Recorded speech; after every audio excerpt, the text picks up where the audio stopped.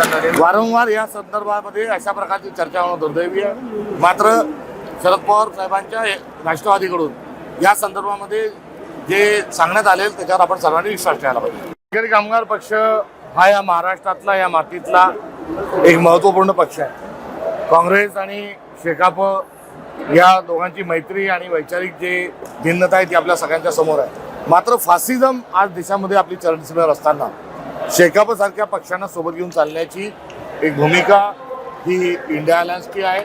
महाराष्ट्र प्रदेशची पण तशा स्वरूपाची एक भूमिका राहील। स्वातंत्र्याच्या आधीपासूनचा पक्ष आणि मातीशी आणि कामगारांशी त्यांची जी नाळ जी जुळलेली आहे ती फार महत्त्वाची आहे आणि अशा पक्षांची वर्तमानात आणि भविष्यात निरंतर आवश्यकता आहे।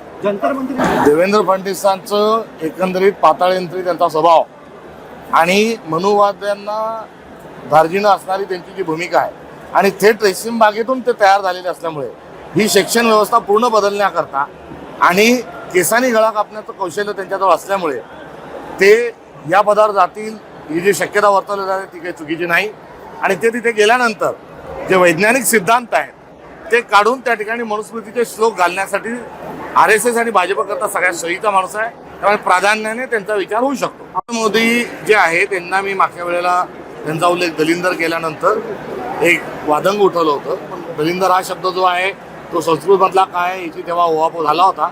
मात्र आज त्याच्या पुढे जाऊन नरेंद्र मोदी जे आहे हे एप्स्टीन फाईलमधले बिलंदर आहे हे आजचं एकंदरीत माझं वक्तव्य होतं। आणि ते वक्तव्य एप्स्टीन फाईलच्या सगळा जो लेखाजोखा जो जगात गेलेला आहे आणि त्यातून आपल्या पंतप्रधानांची जी बदनामी झाली आहे त्याच्यावर कुठलाही खुलासा आला नाही। सोबतच हरदीप पुरी जे आहेत ज्यांचा फार मोठा सहभाग त्या एप्स्टीन फाईलमध्ये आहे अर्थात नरेंद्र मोदींचाही उल्लेख वारंवार झालेला आहे त्यांचाही राजीनामा झाला नाही। नरेंद्र मोदींनी एक सकार शब्दही त्याबद्दल काढलेला नाही। त्यामुळे त्यांच्यावरचा संशय हा स्पष्ट सांगतो की नरेंद्र हे एप्स्टीन फाईलमधील बिलंदर आहे।